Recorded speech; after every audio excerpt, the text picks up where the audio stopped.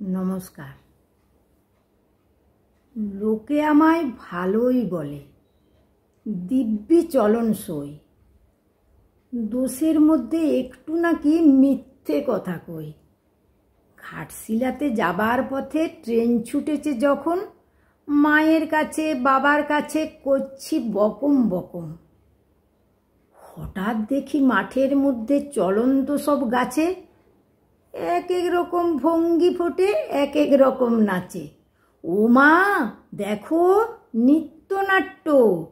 যেই বলেছি আমি, মা বকে দেয়, বড্ড তোমার বেড়েছে ফাজলামি।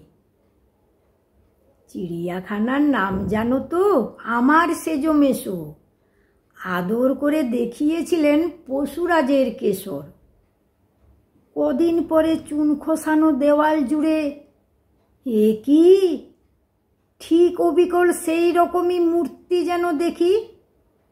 ক্লাসের মধ্যে যেই বলেছি সুরঞ্জনার কাছে, জানিস আমার ঘরের মধ্যে সিংহ বাঁধা আছে। শুনতে পেয়ে দিদিমণি অমনি বলেন, শোনো, এমন কথা আবার যেন না শুনি কক্ষনো। বলি না তাই সেসব কথা, সামলে থাকি খুব।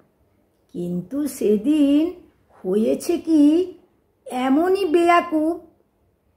আকাশ পারে আবারও চোখ গিয়েছে আটকে। শরৎ মেঘে দেখতে পেলাম রবীন্দ্রনাথকে। নমস্কার।